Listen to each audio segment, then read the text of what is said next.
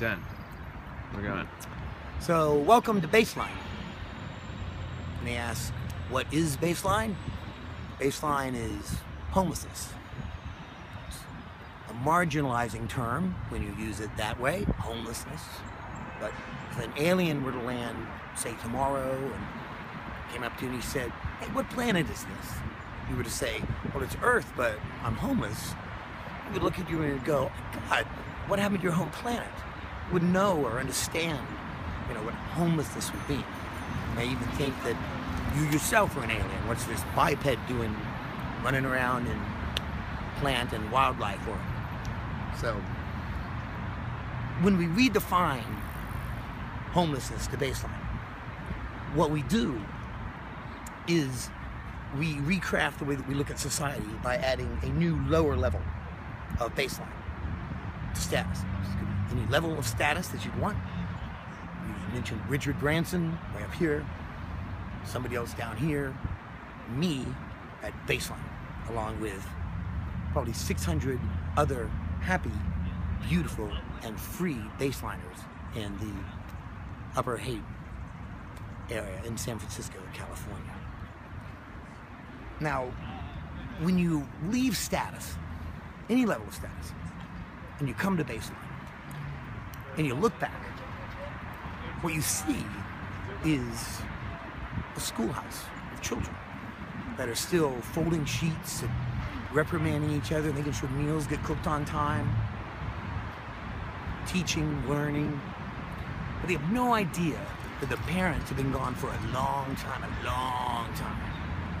stuck in this one cycle that's happy and safe, and it makes them happy. They're not satisfied. Now, you'd say, how do you know? How do you know they're not satisfied? Because you and I are not satisfied. We are happy, and we can be amazingly happy. But this is a story older than the written word. Whereas that last layer of satisfaction, where's that last layer that takes us to a state of satisfaction, which is a state of zero desire in dense now. When you come to baseline, you also see perception changes in time and in calendar, things you're used to in status that are ingrained in you. They're automatic. They're not just alarms. They're little things, like the way you remember stuff, the way you perceive a memory actually changes. Now you may be thinking, it's just the drugs. There's the San Francisco drug culture. It collides right with it. Baseline, just like someone living in Detroit would collide with what used to be the automotive industry. So two separate things. Perception can be changed, and if you don't believe it, on the outside of that schoolhouse that we were talking about, that status schoolhouse, where they're in there keeping things right and being good kids, doing the right thing, nothing wrong with it. There's a bike on the side of that schoolhouse. That bike is the first 10-speed or 12-speed bike you ever saw that was not geared up in exact synchronicity. In other words, it was a low gear to a one moved faster than the other. You've never seen anything like that in your life. And for a second, you could not believe your eyes until the idea of transmission went through your head. But for an instant, that's what it looks like. That's Cortez's ships coming across the water, with the indigenous not knowing what a ship was, so they were thinking they were birds. You go to baseline, perception changes, your motion into dense now, and natural providership come to life with your dedication to the state of baseline, which you reach at the crossroads of commitment. All of this is discussed in the American Homeless Companion. Now, dense now and natural providership are simple concepts, but I want to move to a much more important concept in this discussion, where we have dense now and we see changes in time, and we go back to a state before we initiated so much scheduling that seems so easy. There should be no reason for that. And again, nothing is wrong with it. Nothing is wrong. But look at some differences that could be better with better choices. At baseline, when someone asks you, hey man, what'd you do this morning? You find yourself having to rewind back the tape a little bit more granularly to figure that question out. What did I do this morning? It's not that you didn't have anything to do, but the time registering on your thoughts have changed. So instead of being able to go, what was I doing during 60 minutes? You now have to move frame to frame, and the vision and the observation changes too. It rounds out in a different way. Now, the American Homeless Companion doesn't attempt to explain these biologically. It simply demonstrates what is common with baselines and what they perceive. And in doing so, we do in the book what we did to homelessness, that awful marginalizing term. We change it to a word that makes more sense. Baseline. The best thing is the recalibration of the body to its original factory settings. You're thinking it's icky, sticky, yucky, buggy, yuck. How do you stand it? When's the last time you took a shower? I've not had a shower in a year. I have not used a detergent in a year. I have not used a toothpaste in a year. I've not applied a cologne.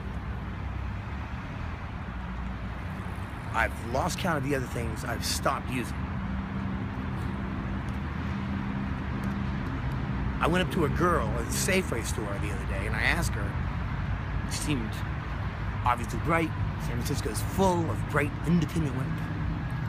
She could have answered two ways. I said, do I smell? Do I smell bad to you? Because I'm surrounded by a lot of people that may not be able to know, you know what I mean? And she could have said, of course you don't. So if I say you do, right? It's a different thing. It's a digression into prejudice, but she didn't. She was honest. She said, nice, mother. I've had 2 girlfriends since I've been out here. I think I smell fantastic. I know what I smell like when I'm bad, smell it. And so this siren that's approaching right now is a call to reset your body to your factory settings at baseline. It's what happens. You'll go through a strange period, you'll see different sores, certain things, so your cuticles will change because of the diet you're bringing in. You'll actually see new marks that'll form, and this happens in your toes as well. This is actually an old time table thing. This is 6 months in growth. No deodorants, no nothing, no bugs. What about this? Pants? I mean, no, your cane. Oh, the cane? Oh, well, this was given to me. This was a gift from a girl that just walked up to me and said, "Hey, you want, a staff?" I mean, how many times in life does a man get offered a staff by a girl in a major metropolitan area? Right? You have to travel for that one. So she brought it up, and of course I wanted it. I had a cane, and I'm more of a cane guy, I thought, than a staff guy. You know what I mean? This is, a little bit more cumbersome.